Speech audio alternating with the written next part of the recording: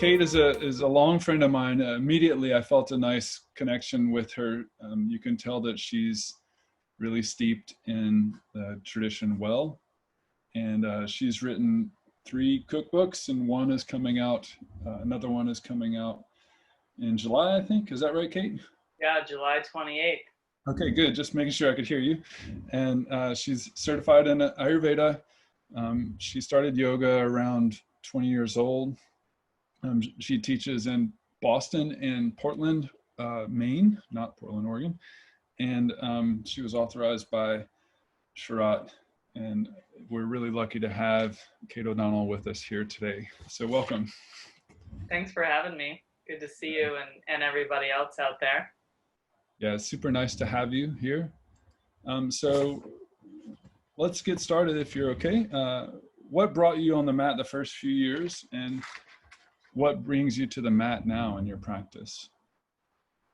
It's changed a lot in 20 years. I was so young when I started that I think it was just that feeling of being like fully in my body that felt so amazing.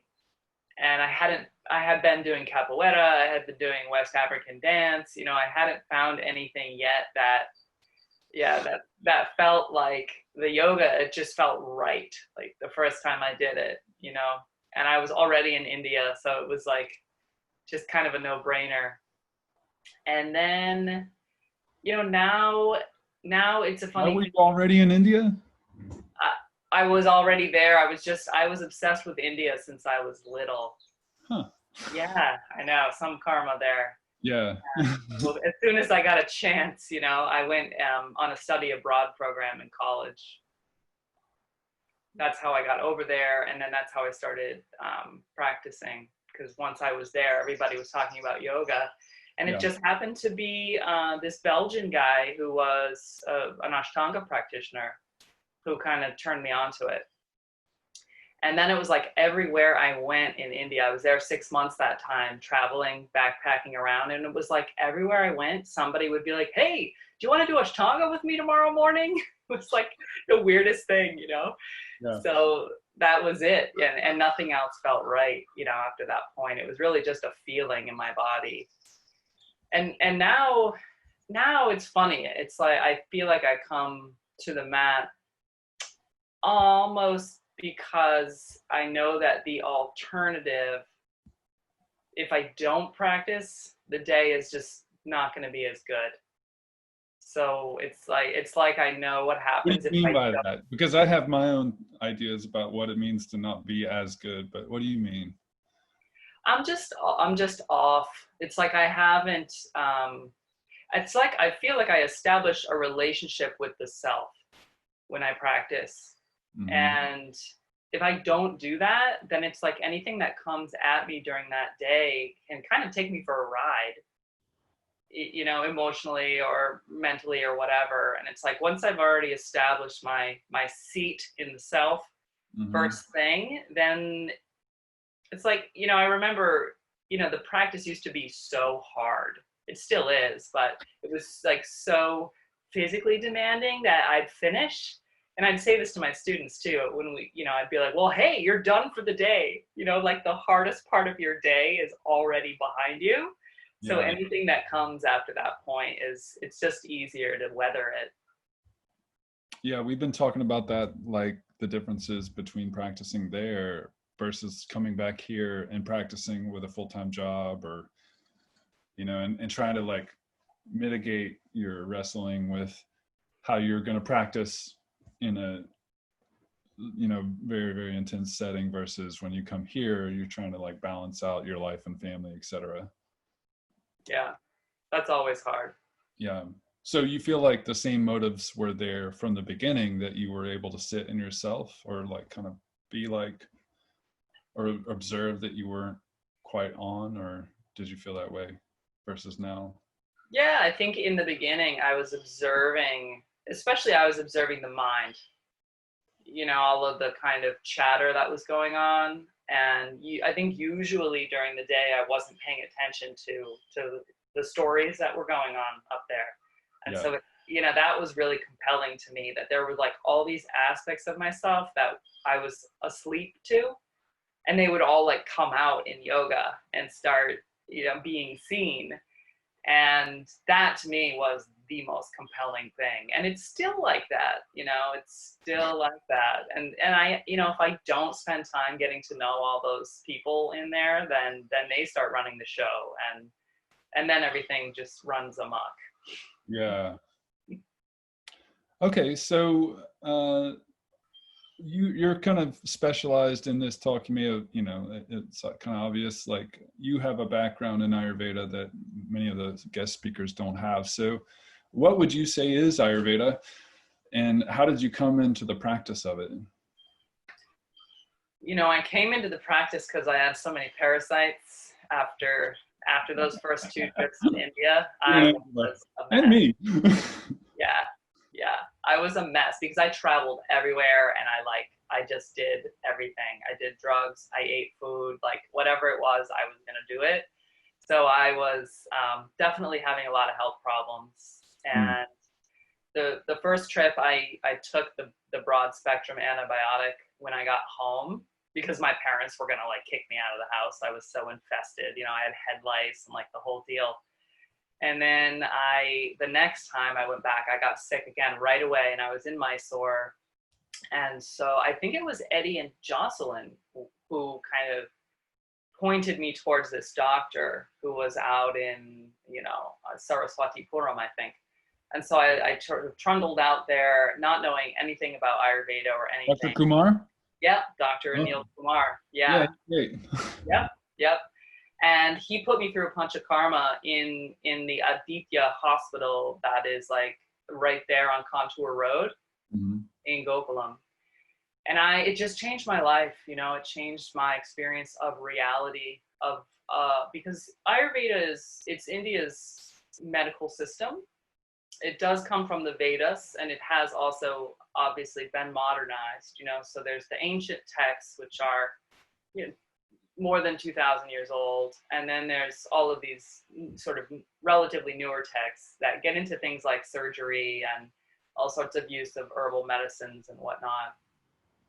And I was just kind of blown away by the experience I had in my body of how it was about health, and it was about like, getting rid of diseases, but it was also a spiritual pathway.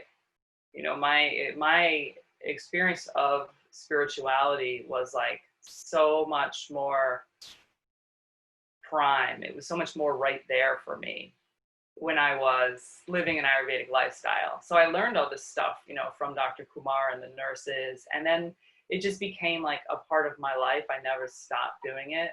Yeah. And it, I just, I think it helped me get my digestion back.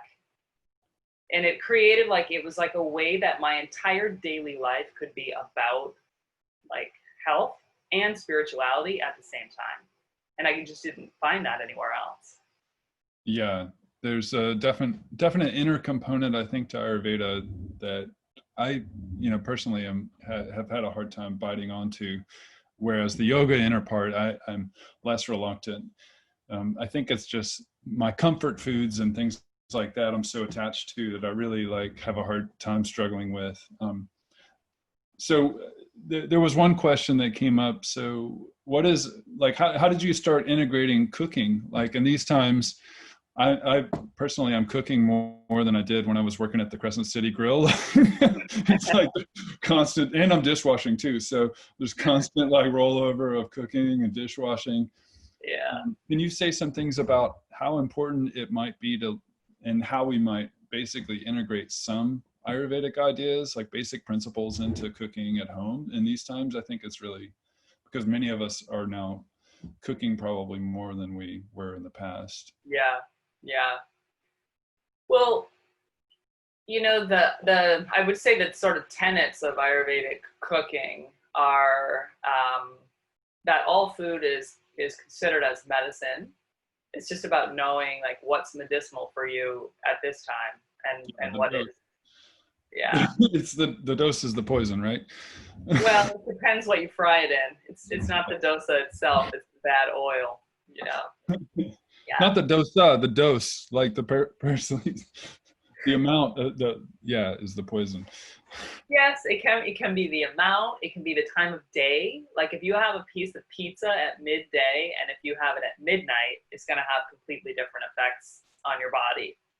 So one of the things in Ayurveda I think we can all look towards now is having our biggest meal in the middle of the day, because that's when the sun is at its zenith and the fire element is the strongest.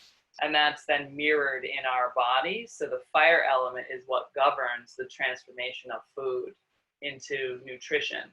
So having like more food or your proteins and your fats and stuff at midday, which the Ashtanga practice kind of makes you do that. Right. Because you get your Agni going, you get your fire going, you know, so early in the day that like, I think most people will probably find that their dinner gets lighter and they eat more food at breakfast or at lunch. And because people are home now, a lot of people run into a problem because they're out all day. So they skip lunch or they eat lunch out. And outside food is never going to have the same prana as well. So if people can switch their schedule a little bit and take a lunch break, you know, I find if I have an hour, I can make a meal, eat the food, and clean it up. It's really simple. Yeah, I agree that Ashtanga is a great enforcer of certain, and as you practice, the more it kind of starts to cut away. And then, you know, it becomes this fight for everyone at some point of like, how are you going to balance your home life and others with like what you're, you know, able to do maybe on the mat. Yeah. I think is. Okay. So I think a lot of people maybe just don't know that much about Ayurveda and the tradition. Are there specific ways we can approach the daily practice and yoga to support our health and address imbalances and things like that?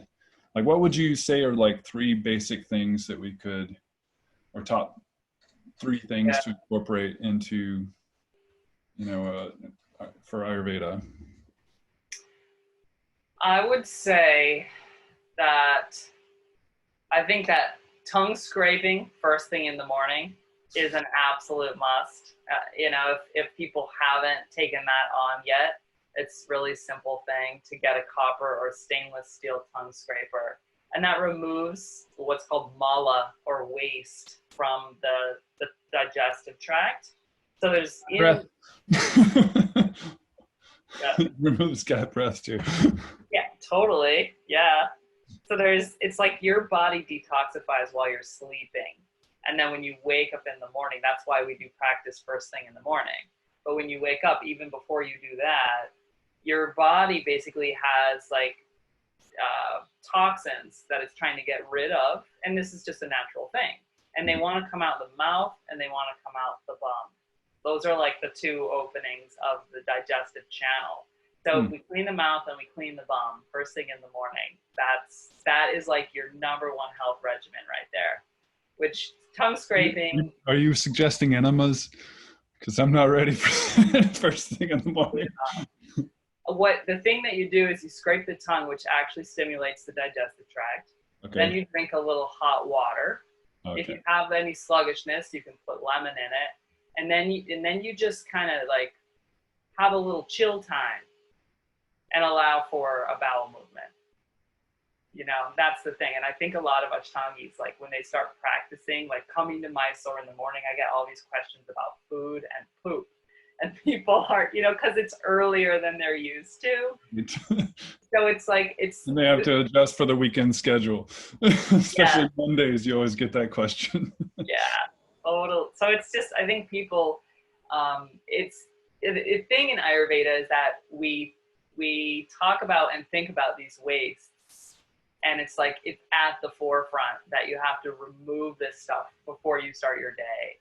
So like taking a poop in the morning and scraping the tongue and drinking hot water, that's like an absolute A game right there. That, you know, it's easy. It takes like 2 seconds to kind of do that.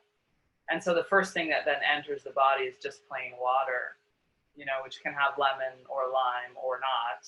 And it's just a cleansing for the digestive tract. And then you can do your practice and you've primed the pump already. Everything's like ready to go. And what's the third thing? I think the third thing is having the main meal at midday. Okay.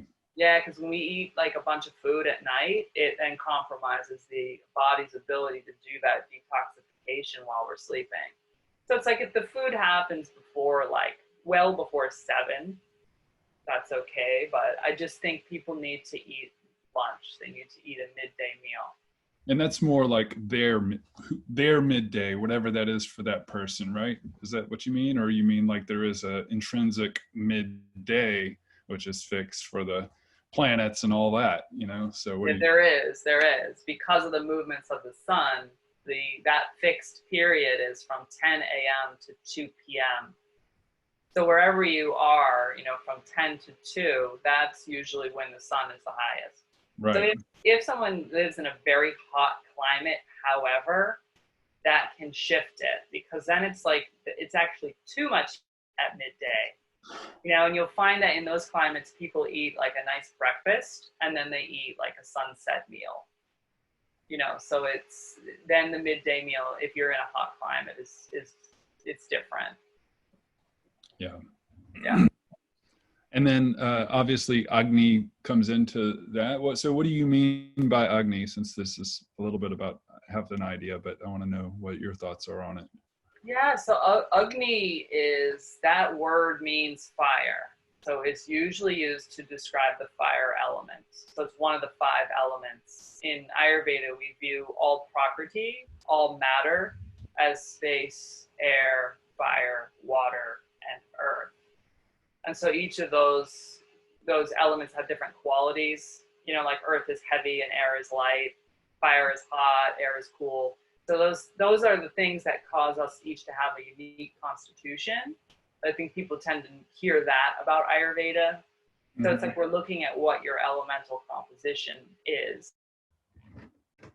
Fire element is, the Vedas start out with like the hymn to the fire element. It's like the big one. And it's in Ayurveda, it's also revered, the Agni. And so that word, when we use it in Ayurveda, we're actually talking about metabolic and digestive processes in the body. So specifically, the main Agni, like the mothership, is in your stomach. And so the digestion, Jatara Agni, yep. So that is like, when you eat food, it goes in and that Jatara Agni makes the juice of the food, the ahara rasa, which then circulates throughout the entire body and brings nourishment, refreshment, and vitality to the body. So the main principle of Agni in Ayurveda is that if we digest our food well, we will enjoy vitality and luster and health. And that poor digestion is the building block of all diseases in the body. All diseases begin in the digestive tract. So if we can keep the Agni strong, that's the number one thing that we can do. And it's baked into the Ashtanga practice. It's part of how the practice works, is that it balances the Agni. And the way that we do that is through our breath. So if you think about, and Patabi Joyce used to talk about that and write about that, the importance of the air element in the breath and how it affects fire. So if you're trying to build a campfire, you put the kindling in there and then you blow on it, and if you don't blow hard enough, it doesn't do anything. If you blow too hard, then the thing kind of goes up in smoke and then goes out, so if the breath is irregular, it causes irregularities in the Agni. And then we get weird metabolic waste products, we get incorrect food juice, like all this stuff follows. So that's the reason why we're always, so focused on the smoothness and the regularity of the breath during practice. So then the whole time we're stoking the Agni. And it's going to have affects not only in the digestive tract, but in all the metabolic processes in the body, like your hormones and your mental capacity, and basically everything. Yeah, you read my mind. I was thinking of this Yodel stove, the wood stove, and it has one of those little ventilators things that you kind of open and it actually will make more noise when the fire, So some of us, I think, practice like a campfire where it's just, like all of the prana just goes out. Yep. And then, but we have this little ventilator here that can kind of aperture, that can control how much we're containing that Agni, I think. And I find, and you may have agree with this, these days in the Mysore, India room, less people are breathing with sound and losing that ability to control that apertured breath, or that vehicle of prana. I don't know what your thought. It's becoming, especially more in this visual age, a more quiet practice, whereas as our teachers often say, breathe with sound, and we forget. Yeah, and I think the thing about breathing with sound is that I can hear the irregularities when I'm creating a sound. And it's like the effort it takes to do that, to breathe with sound, kind of makes sure that you continue paying attention to the breath. Yeah, it's like the breath has to come before the asana. And that's very difficult. I think that takes a long time to train the mind away from the sensations in the body and towards just that activity of the breath, which is something we can easily moderate, how that breath is happening. But if we stop paying attention because we get pulled away by the asana or the vinyasa, then we lose that. And that's the whole point of the practice for me, is to try to keep coming back towards what's happening with the breath, the air element, what's happening with the breath. So I had a question about a lot of this diet stuff comes from 2,000 years ago, or is it a little bit, is it still appropriate in these times? Since we're a lot more sedentary, is it appropriate that I eat rice and beans and like these staple sweets for yoga foods, like, is that still what I need to be eating with a lot of the science that's available now? What are your thoughts on that? Like, is it better to have some mixed greens, and what are your thoughts on that? That's a big question, John. That's definitely a lot there. So Ayurveda is the study of human beings and how they are interacting with their environment. So how we're being affected by our climate, by the seasonal changes, and by our food. So it's not like any food is right or wrong. I think that one of the most important concepts is to eat the food that's local to you. Try to eat food that's growing, in the area. And because when food travels, it loses its prana.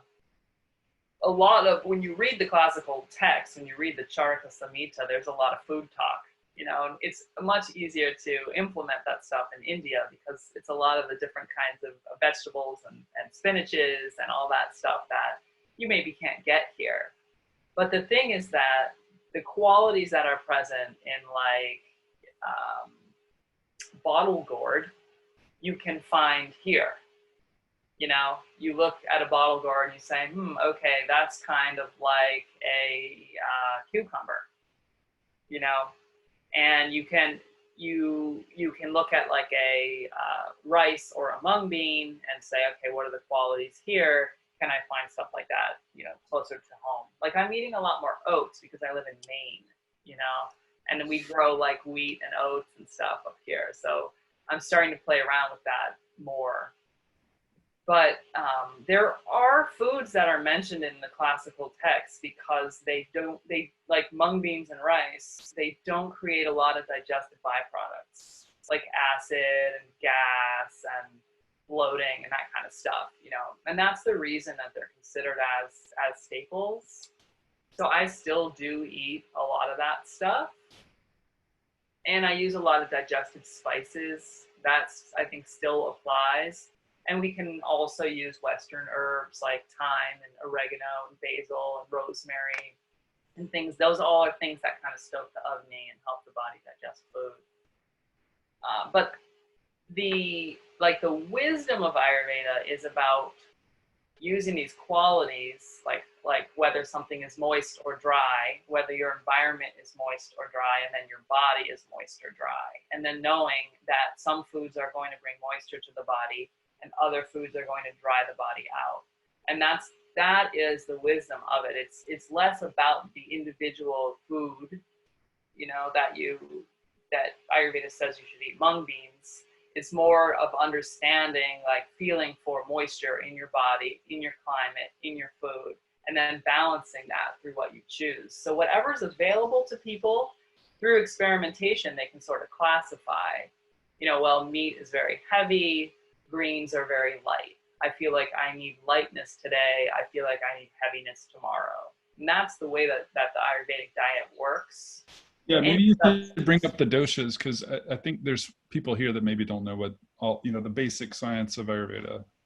Yeah. So when you take those 5 elements that we discussed, in a human body, they break down into 3 pairs that do specific jobs, and those are called the doshas. And so space and air compound into what's called vata. Vata means that which moves. So space and air elements, air just wants to move. That's its nature. If you look at the sky, you can see like the clouds don't just sit there. You know, they're always moving. So our body has qualities like that. And so the spaces in our body, like your digestive tract, for example, air is moving through those spaces in a particular pattern. And that's a lot of the wisdom we want to know in yoga, because the vinyasas and the asanas are often arranged in such a way that they restore these patterns to their natural velocity and their natural shapes. You know, like your digestion goes this way, your breathing goes this way, your prana, your apana, all that stuff. So vata is that which governs all the movement processes in the body. And if you have more space and air element in your constitution, then we might say you're kind of a vata type, you know. So you're light, you're cold, you're dry. Like that's the tendency of your body. And the fire element compounds with water, because if you had fire by itself, it would just kind of burn everything like a forest fire. So the water creates a container, and we get this like fire water, which is hot, sharp, acidic, and it digests and transforms. And that's called pitta. Pitta means that which transforms. So it does all the metabolic processes. And it's the one the Ashtangis always have their eye on, the pitta, because the practice is very pitta inducing, you know. And then the water and the earth element come together. It's like if you wanted to build a sandcastle and you just had sand, it wouldn't stick together. So you add water to that and you get this, the energy of cohesion and the ability for the body to hold structures. And that's kapha. So kapha is the energy of cohesion. It's that which holds things together. And so if you have more heavy, moist, dense constitution, you're probably more of a kapha type, you know. And everybody has all 3. Obviously, all 5 elements are present in everyone. But each of these doshas has qualities. Like kapha is the sort of heavy, damp, cool one. Pitta is the hot one, and vata is the cold and dry one. You know, so people's bodies are different, and that's going to change how you approach food and how you approach yoga. And having some understanding of the qualities that are more prevalent in one's body helps you know whether you need to eat like dairy or you need to eat more greens. You know, if you had a heavy constitution, I'd say, yeah, John, you need more greens. You know, you're a kind of a light guy. You know, so you probably need to take care. No, you feel heavy. Depends on your climate too. But you need to. I think we all meet each other in Mysore, where everyone's like super light. Yeah. After a month of Mysore, I feel a lot lighter for sure. Yeah, I always weigh a couple pounds less when I'm there. Yeah. than I do at home. Yeah. Well, because I started eating like I normally would. It's really yeah. So I agree with you that it is like dosha specific, like these ancient techniques. But it seems to me, there is a overarching, like beans and rice and there are like things that are good for all three. Yeah. You know, in cookbook even, or in the Dr. Ladd's book, you know, he's got about the VPK, like these three are great for all three. So Yeah. there are these overarching themes of diet, I feel like, that are a little less in line with some people's thoughts on where it's at now.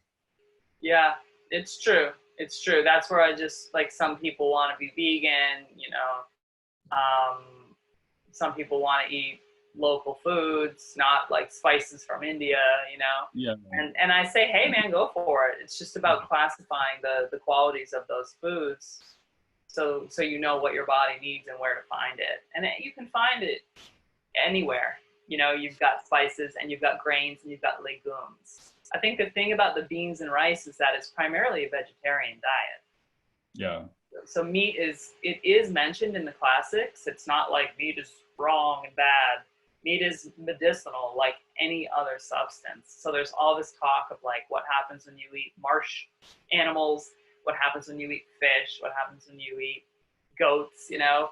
And, yeah, I mean, they hunted, right? I mean, we're making bow postures, like, you know, weapons. Yeah. I mean, they ate meat, you know. And the thing is that it was medicinal. It wasn't just an unconscious part of the diet. And it's not like your go-to. You eat meat when you really need it, not, you know, just because that's what you eat. So do you hear, I mean, when I first went to Mysore, India, Patabi Joyce told me to take my shirt off, and I was like really self-conscious of it. And I remember him saying, like, to several people, "You're fat." Of course, I can't do that. Not only do I not have the guts to do it, it's not appropriate, especially like, so how, you know, like, I find sometimes there's this place where I really want to talk about diet. How do you incorporate diet and yoga where, you know, it's obvious sometimes, like, you can't say to someone something, or maybe that's not but how do you best incorporate the ideas of Ayurveda, because you have a lot of knowledge and wisdom there, and what you already know about yoga practice, and these places where they intersect sometimes on the mat when you're like in Marichasana D, you know, do you address things like that? You know, the qualities are divided into two groups: the ones that are building and the ones that are reducing. And that's another thing Patabi Joyce used to say, some reducing. When somebody was like, couldn't find or something, you know, he'd say some reducing. And if you were too skinny, he'd say eat more chapati, or eat, you know, more sugar and milk and stuff like that. Yeah. You know.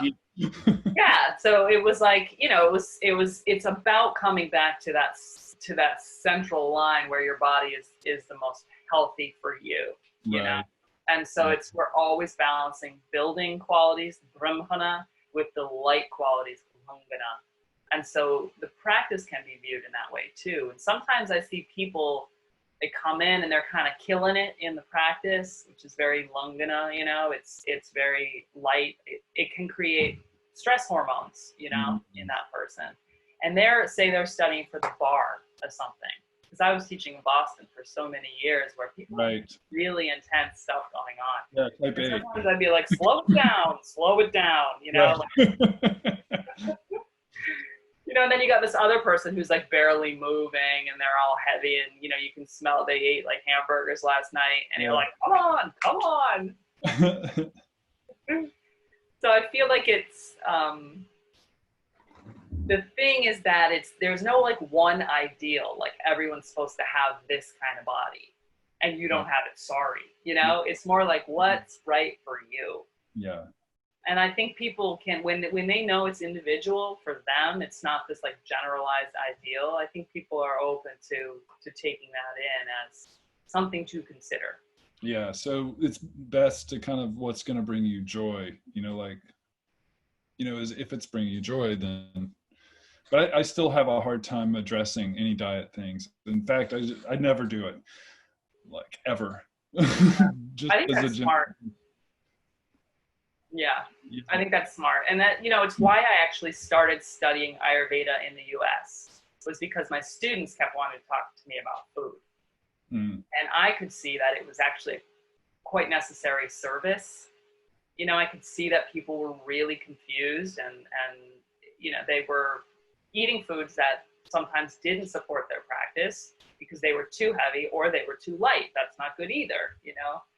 And so that's when I studied. I actually went for certification in the United States so that I could practice. And so now I'm like, somebody asked me about food. I'm like, well, we got to sit down and talk about you. Like, I need to know more before we can, really make. It's not like I'm just throwing this is good and this is bad. It's really, let's talk about like what's up with you. How is your mind? How is your body? What's your lifestyle like? How busy are you? And like all these things come into play when we were deciding sort of whether foods are going to be helpful or harmful. Yeah. Okay. We'll keep rolling. So do you have any advice during these times for practicing with a lot of fear and a lot of uncertainty? Since we're kind of meeting online for Zoom, I've kind of oscillated, I felt like my mind has been really scared at times or even depressed, just because, like today we woke up and there was like news of riots in Minneapolis, and there's just all of this like, oh my God, when are we going to rein this in? So do you have advice on what might be good foods or good practices that we might incorporate? Yeah. I think it's the thing to create stability in the system. We go towards routine, like keeping like healthy routines is actually very stabilizing, for the mind. And practice is that. I've heard a lot of students say that they've been struggling to keep the practice going, in the way that they felt it when we had a yoga room for them to come to. And it's been amazing how many students are sticking with it on Zoom. I think because they realize that the benefits, like they need to do it. Yeah. And the Zoom thing it's just creating like a time. So there's a rhythm to it, where you're like, well, I know John's there at this time, so I got to get it together and get on the mat at that time. And I think that being very consistent about practice is key. And it doesn't matter, and Sharat says this all the time, it doesn't matter what happens when you get to your mat. It's the fact that you got there.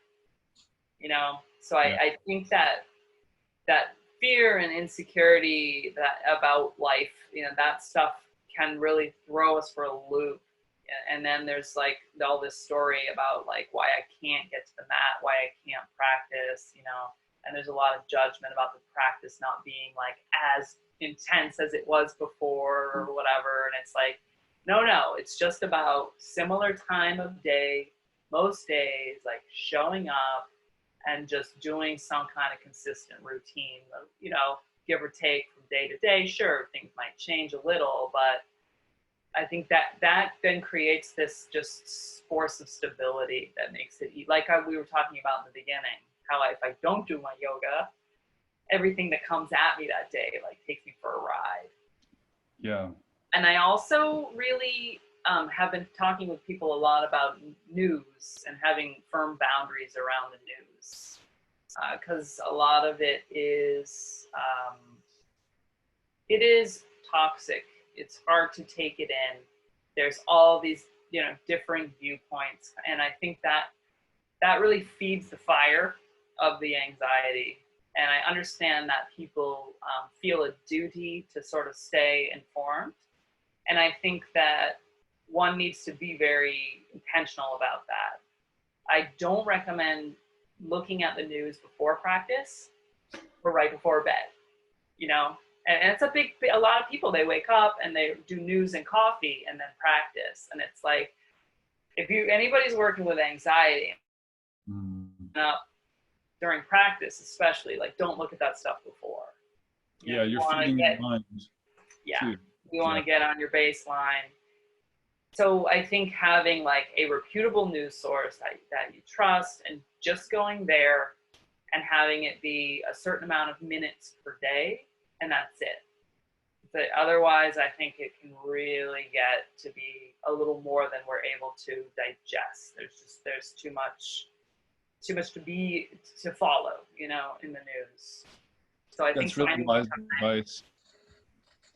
Yeah, I think I can say, with shelter, there's the Bahir and Nantar, like there's mental cleanliness, and that means, in my mind, thinking good thoughts. And if we're straight away turning the news on, so I think I need to be better. I'm just noticing myself that I should probably be a little better about that before I start my practice, because I went through a whole thing with it at the beginning of the shutdown, where I was on the news too much in the morning, and everything just started getting really freaky. It started getting harder and harder to get to the mat, to get through the practice, and then I was like, okay, no, we're not doing that, first thing in the morning. So I cut that out. So what gives you hope with the practice? I mean, what gives you hope in these times? What's the biggest source of hope, would you say?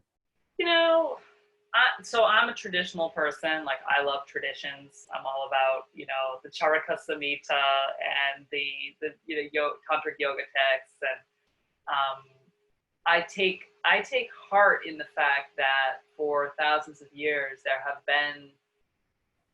there's human wisdom about the nature of nature that remains unchanged. So the nature of the cosmos, of the human body, of the interactions there, like that stuff, nature is always going to persevere in its own way. So I just stay tuned to the 5 elements right now, like the very basic building blocks of reality, like tangible prakriti reality. And that, I think, keeps me from getting too looped out into the fear and the anxiety. And I can only kind of have faith, that human beings are gonna do the right thing, whatever that is. I don't know what it is, but I just keep going back for birds, because that stuff that's nature, and it's in me, it's out there, it's in here. And if I can stay tuned to that vibration of reality, I feel a lot more hopeful. So rather than go through all these other questions, we'll just go ahead and start opening the chat room for questions, because we're getting quite a lot in here. So the first question is from Harmony. Hi, Harmony. She asked about a vegan diet and Ayurveda. So you mentioned just a little bit about, because I was on to asking about greens and things like that, but can you say in general, because, for most of you who may not know, Ayurveda is very ghee and dairy, I think, intense, but you can say more about what your thoughts are on that. The dairy, it's a tricky one. I totally respect that people might want to live a vegan life, because so many of our animal food industries are completely unacceptable. So it really does, if one wants to take dairy, it really does come down to sourcing the dairy and finding, like, I live in a state now where I can get raw milks, whereas before I didn't. It was illegal, so I really didn't take much dairy there. And now I enjoy it more because there's all this farm fresh dairy stuff around, And the texts say sick that. Off of raw milk? What's that? Have you ever gotten sick off of raw milk? Well, I cook it. Oh, you cook it? Yeah, I cook it. Yeah. So we happen to make a lot of chai here, Rich and I. Yeah. So We drink chai. Like that's my only dairy really. Uh-huh. But the thing about a vegan diet is great for a kapha type whose body is already heavy and moist, and dairy is also heavy and moist. And one of the reasons it's so often recommended in Ashtanga is because the practice creates a lot of nervous conduction, the working of the nervous system, especially when you get into backbending. And ghee and dairy products lubricate the nervous system. Ghee has a special affinity for nervous tissue, like it goes right there. And that's where it's hard to replace ghee in that way. For people who have very dry and light constitutions, if they're going to go vegan, they need to be like really on their game. They need to try to find that kind of those heavy moist qualities from like nut and plant oils, you know. Yeah. And it's not the same. Like I really think there's a mystical aspect to ghee and to how it affects the nerves that works very well when you're doing the yoga, you know. What I see a lot is that people go into a vegan diet sort of unprepared to make the allowances that need to be made in order for them to sustain practice and veganism. And one really needs to eat a lot of good oils, good fats if they're going to do that. Yeah, like coconut oil maybe, or no? Yeah, you can, you know. Coconut oil has, it's the second only to ghee. And in South India, they use very little ghee and tons of coconut oil because it's so hot there and there's more coconuts than cows. And then in cold climates, you'll see all their medicines, they're using a lot more ghee. And it's in the diet, like Punjabi food. You know, most of the restaurants when you go out are Punjabi food, and it tends to be much heavier, much more ghee, there's like cream in your dal, you know, and in South India, not so much. Yeah. Can you talk about coffee? I have been drinking it since I was 11, and I drink too much. But someone asked about coffee. Is there a place for coffee in Ayurveda? And in general, what's your view on it? And what's the effect of drinking it first thing in the morning? Yeah. So coffee. As I do. Because I find it necessary at 3. There's no way I can I'm like, some mornings I'll wander down there. I'm like, just give it to me, you know, like. Yeah, I know that. I know that. So addicted. I know. I didn't drink much caffeine until I started teaching Mysore. Yeah. And then because it's so early, I'm not an advocate for getting up before 4:30 in the morning, like for anyone. I don't think it's a good thing in terms of what our body is going, the physiological processes that are happening. I don't think it's good to get up much before 4:30. Then when you do, I agree. I don't know how to do anything else. I know. Rich still does it too.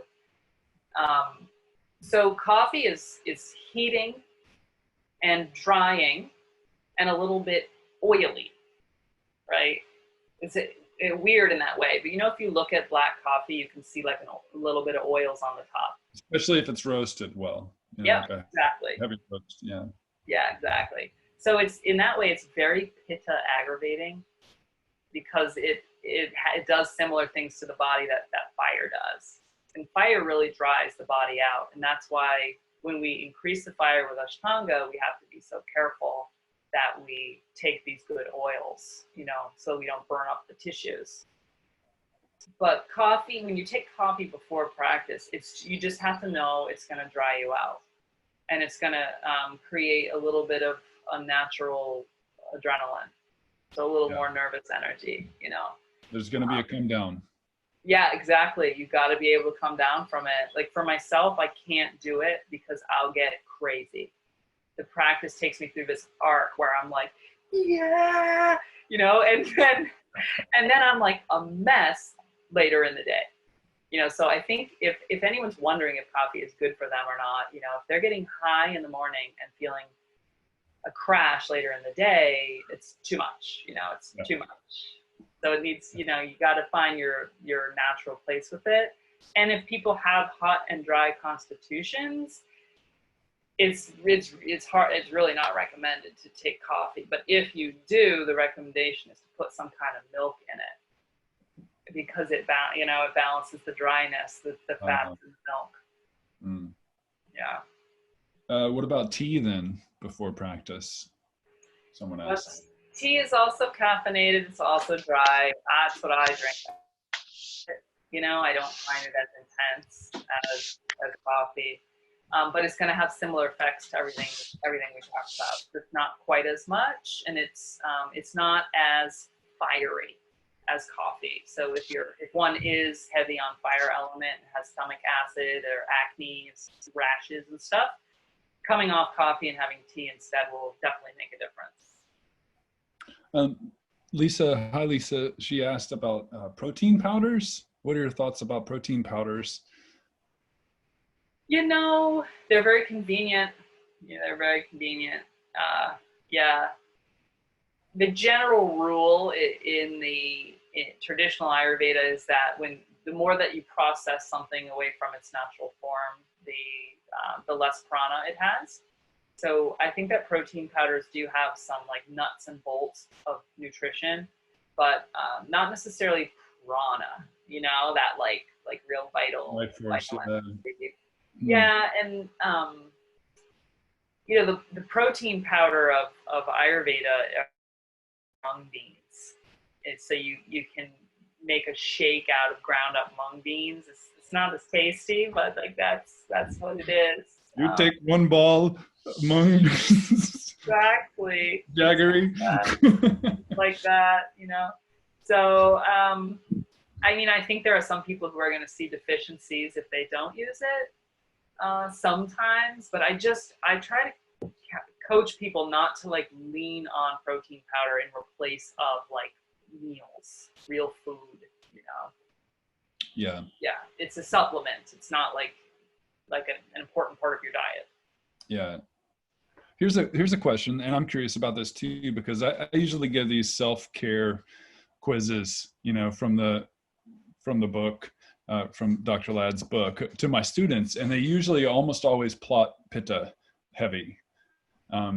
So I want to know, first of all, what do you recommend for someone's asking, how do you learn what your type is? VPK, Vata, Pitta, Kapha, dominant, and what would you best recommend as far as like kind of doing that? Would you recommend a self-assessment? Would you recommend maybe, all of us call you up on the phone right after this? I think people can start out by doing one of those quizzes, a dosha quiz if they want. They're not always accurate. I often recommend people take a year to do it, like take an annual cycle. So whatever seasonal changes are in your environment, you're observing how those affect the body, and that gives you a lot of info.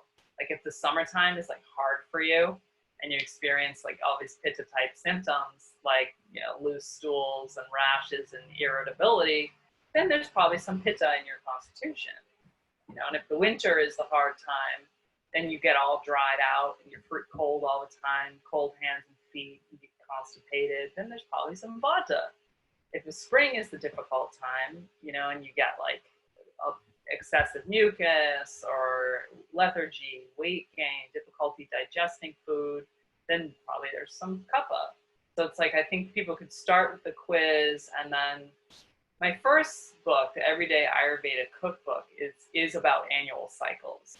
So it's like one can sort of cook through the year with it and learn about the different qualities of the foods and the environment. And I think it's through observing how the qualities affect you that tells you. Like if heat aggravates you, there's some pitta there. If cold aggravates you, there's some vata or some kapha there. So there does have to be some like science of observation that goes on for a period of time for it to make sense. Yeah, I always have a hard time parsing out what scale I'm looking at. you know, for example, am I looking at how I am in 24 hours or the last year or my whole life, or are these, you know, Vasana's impressions from deep, you know, like that's a question I don't know when I'm answering these, you know, these quizzes. Just to start, would you say, like, is it generally just the last like year that we're kind of looking at patterns, or what do you think? No, you got to go back to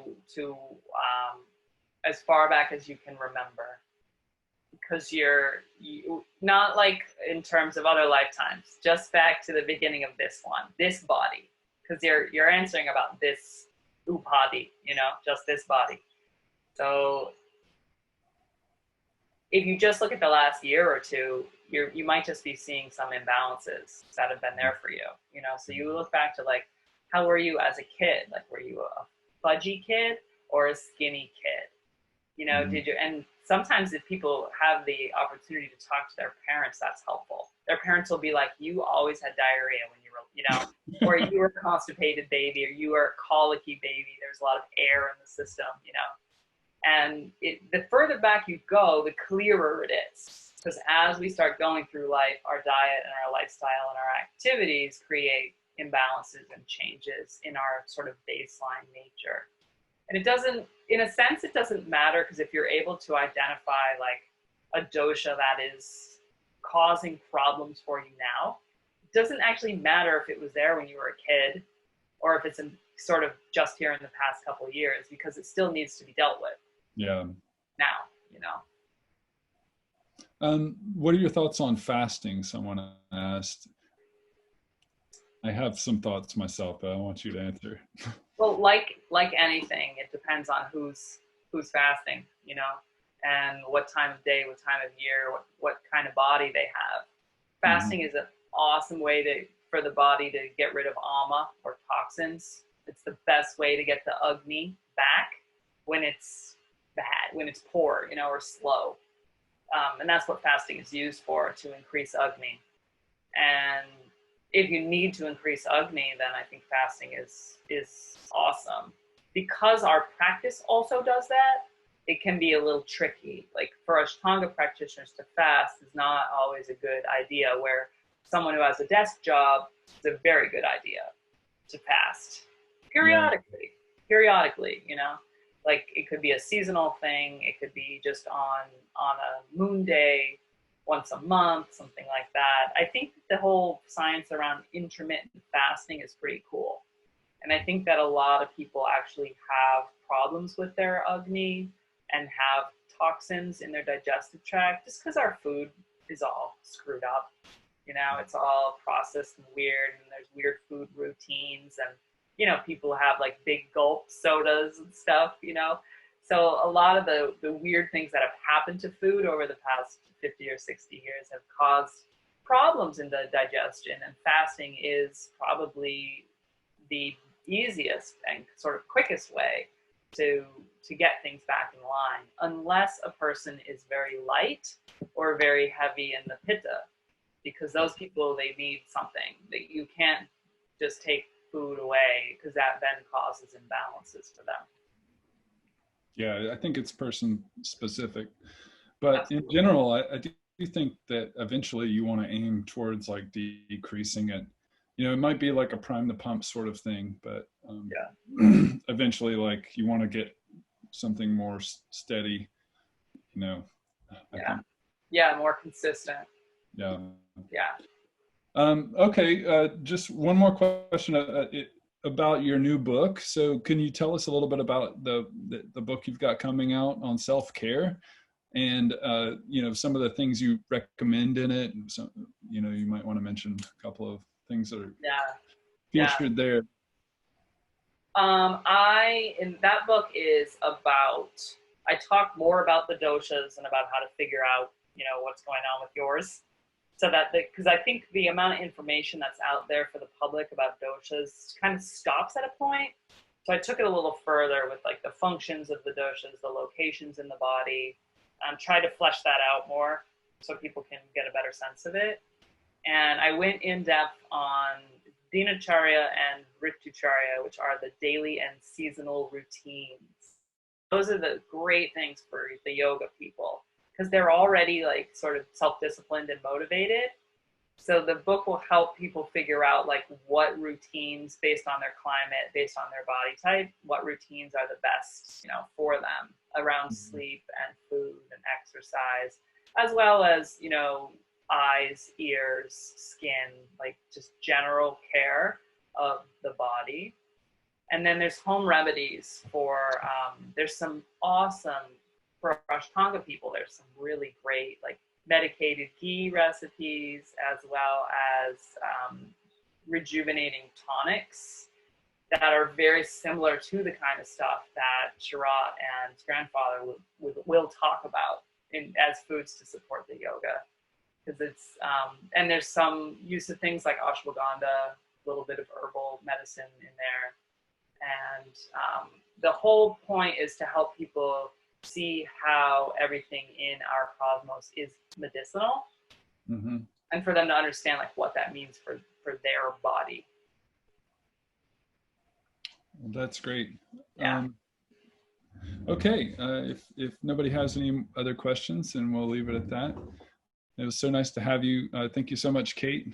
And of course, I want to just mention to everyone, if you're able, please consider donating to directrelief.org. And also encourage everyone to visit the Contemplative Sciences Center website. And I want to, again, thank you so much, Kate. It's been an honor to have you on here today.